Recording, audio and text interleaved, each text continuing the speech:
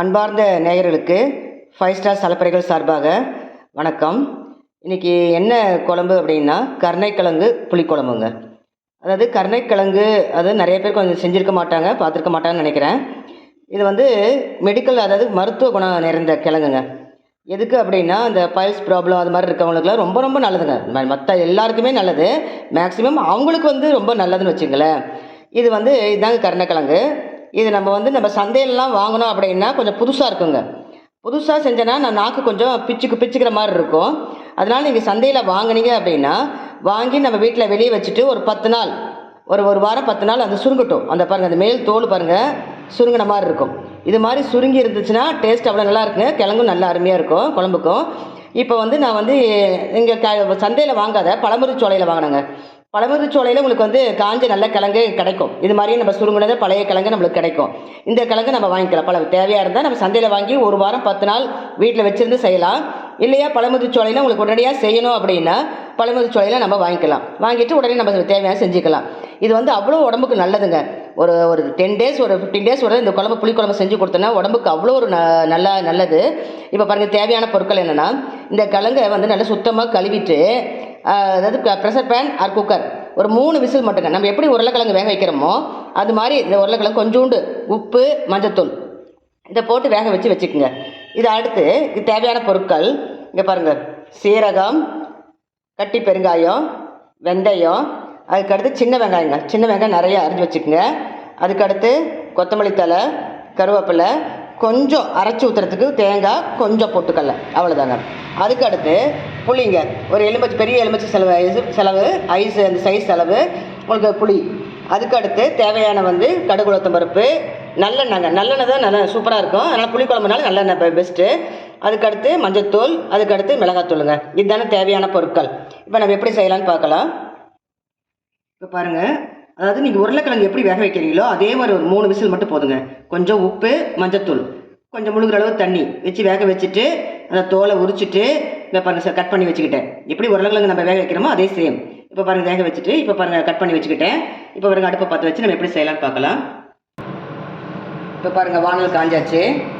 நல்லெண்ணெய் கொஞ்சம் அதிகமாக ஊற்றிக்கிங்க. ஏன்னா புளிக்குழம்புனால எப்பயுமே நம்ம புளிக்குழம்புக்கு நம்ம சாதா புளிக்குழம்புக்கு என்ன பண்ணுவோம், நல்லெண்ணெய் கொஞ்சம் அதிகமாக சேர்த்துவோம். அதே மாதிரி கொஞ்சம் நல்லெண்ணெய் சேர்த்துனா அவ்வளோ ஒரு டேஸ்ட்டாக நல்லா இருக்குங்க. இப்போ பாருங்கள் எண்ணெய் காஞ்சிருச்சு. கடுகு, உளுத்தம் பருப்பு போட்டுக்குங்க.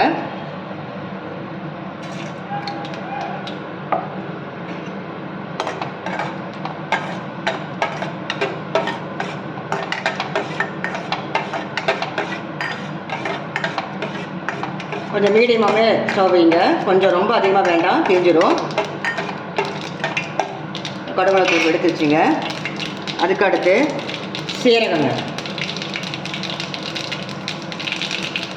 சீரகம், வெந்தயம், அடுத்து கட்டி பெருங்காயம், அதுக்கடுத்து வெங்காயம்,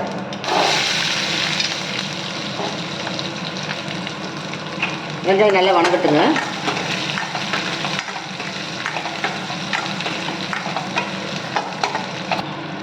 இப்போ பாருங்கள் கொத்தமல்லி கருவேப்பிலை போட்டுருங்க. வெங்காயம் வணங்கின பிறகு கொத்தமல்லி கருவேப்பிலை.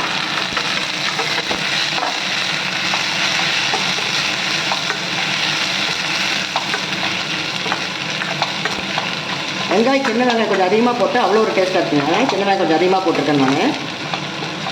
கிழங்கு வந்து ஒரு 1/4 கிலோ வாங்கினா போதுங்க. அதாவது நம்ம ஃபேமிலியில் எத்தனை மெம்பர்ஸ் இருக்காங்களோ அதுக்கு தகுந்த மாதிரி நம்ம வாங்கிக்கலாம். அதனால் 1/4 கிலோ கிழங்கு, இல்லை கொஞ்சம் அதிகமாக வேணும் அப்படின்னா கூட நம்ம 1/2 கிலோ செஞ்சுக்கலாம், ஒன்றும் பிரச்சனை இல்லை. இப்போ பாருங்கள் வெங்காயம் வணங்கிடுச்சு. நம்ம கரைச்சி வச்சுருக்கோம் இல்லையா புளி, அதை ஊற்றிடலாம்.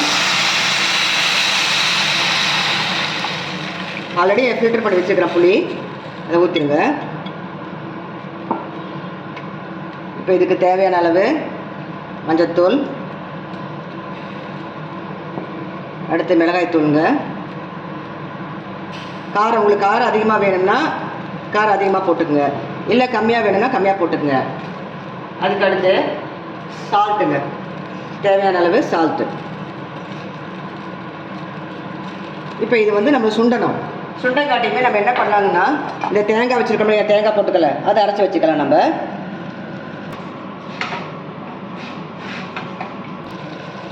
இப்போ பாருங்கள், அந்த எண்ணெய் மேலே மிதக்கிற அளவு வந்துருச்சு.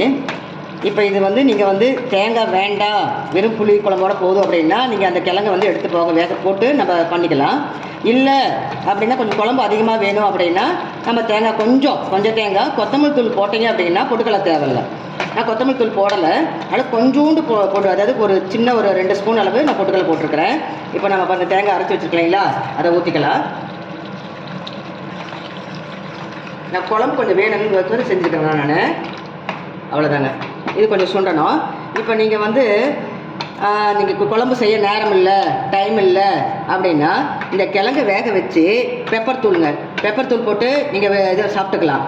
இல்லை அப்படின்னா நம்ம வாழைக்காய் பொரியல் பண்ணுறோம் இல்லைங்களா, நம்ம ஆயில் ஊற்றி கடுகு உளுத்தம்பருப்பு போட்டு வெங்காயம் நிறையா போட்டு நம்ம தாளித்து விட்டு இந்த கிழங்கை போட்டு கொஞ்சம் மிளகாத்தூள் உப்பு தூள் போட்டு நம்ம வணக்கி பொரியல் மாதிரி கூட சாப்பிட்டுக்கலாங்க.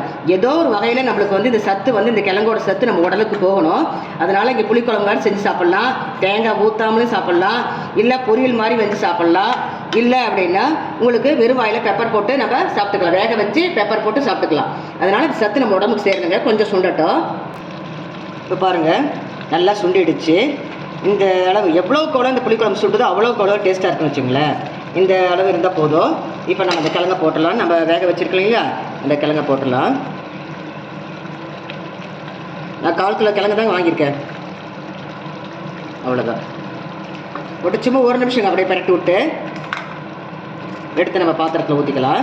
ஒரு 2 நிமிஷம் தான், அவ்வளோதான். அவ்வளோ ஒரு டேஸ்ட்டாக இருக்குங்க.